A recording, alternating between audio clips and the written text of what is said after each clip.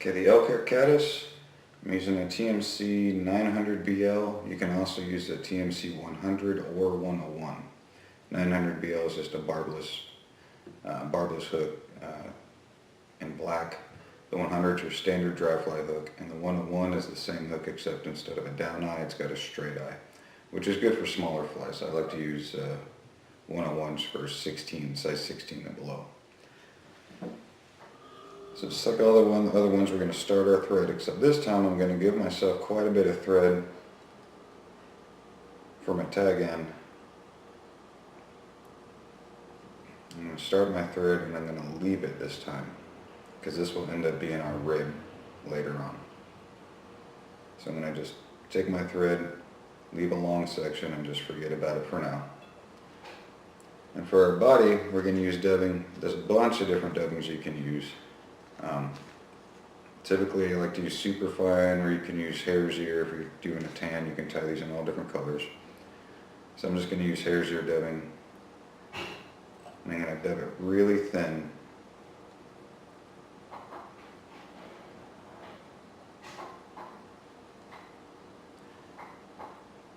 And dub my body. Oop. Watch out for that hook point there. Dub my body up to just behind the eye of the hook.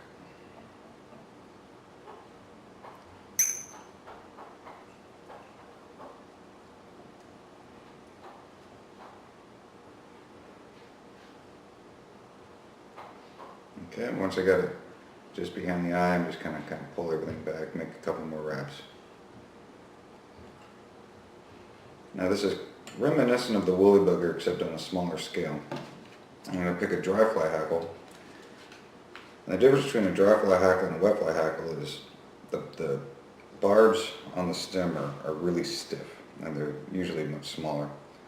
So since saddle hackle is getting so hard to find, I'm going to use a neck, and I'm just going to pull off a hackle and just kind of measure. You want it to be just barely sticking out, or even to the point of the hook. So I can kind of gauge this and see that this is going to be a good hackle. So I'm just going to pluck it off the skin. And you've got these little fuzzy fibers, these soft fibers on the bottom, and I don't want that because that'll cause this fly to sink. This is a dry fly. So I'm just going to pull it off. So I just have a stem. And on this fly, I do want the concave of the feathers to swoop towards the back, so I'm just going to tie it in on the top, facing down. Make a couple wraps here, make sure it's good and secure. See how it slipped right there? I'm going to redo it this time a little tighter. Give it a little yank, make sure it's not going to fall out on you. And clip the stem nice and close. And this is where I'm going to use my hackle pliers. Simply squeeze the pliers so they open up. You can grab the end of your hackle there. And now you have something to hold onto this too, so it doesn't slip out of your fingers. I'm going to wrap it twice up front. I'm just going to work my way towards the rear of the hook. And I'll hold it up, and now the thread I left back there, I'm going to use this to rib it up to where my thread is.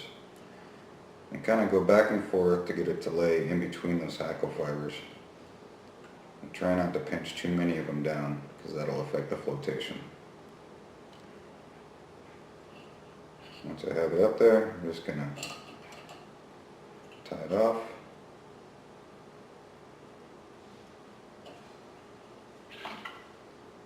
And clip my thread.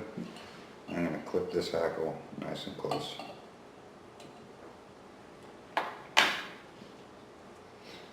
Okay, so there's our body.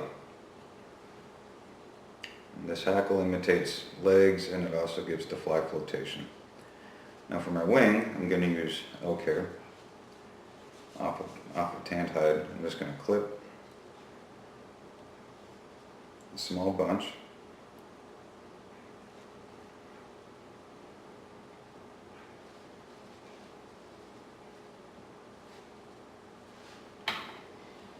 clip it nice and close to the base there. And it has a little fuzz in there, so I'm just going to hold the tips nice and tight and kind of clean it out. Try to get as much of that fuzz out as I can. You can also use your bodkin and run it through the fibers, and you can see how much more fuzz comes out when you do that. So we've got nice clean elk hair. I'm going to put it in my hackle stacker. I'm going to pinch it and put it in tip first. Get it all in there, put my finger over the top,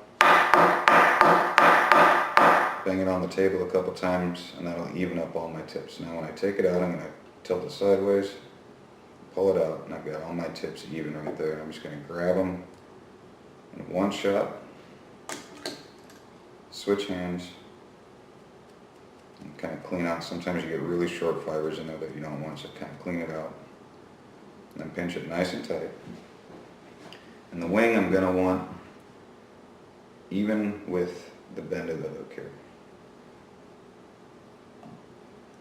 I'm going to place it on my hook where I want it, transfer hands, and pinch it. And I'm going to take a couple loose wraps. I'm going to pull down on it a little bit so it flares. You can see it flaring. A couple more loose wraps and pull it down. Now I'm going to take it and I'm going to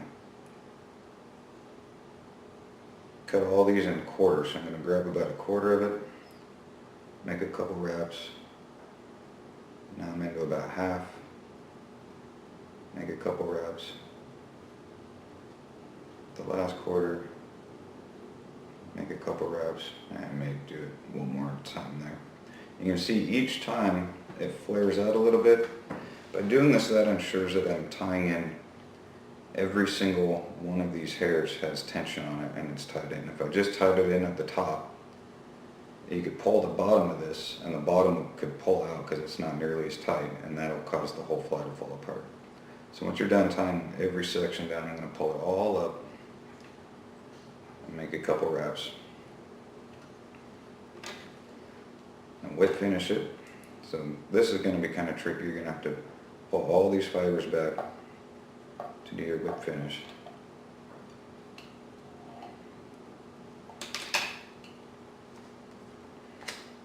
Once you're done there, clip it off. Grab all your butts here, away from the tips, and then clip it towards even with the hook eye.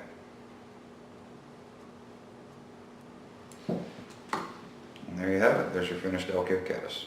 One of the best dry flies that's ever been invented.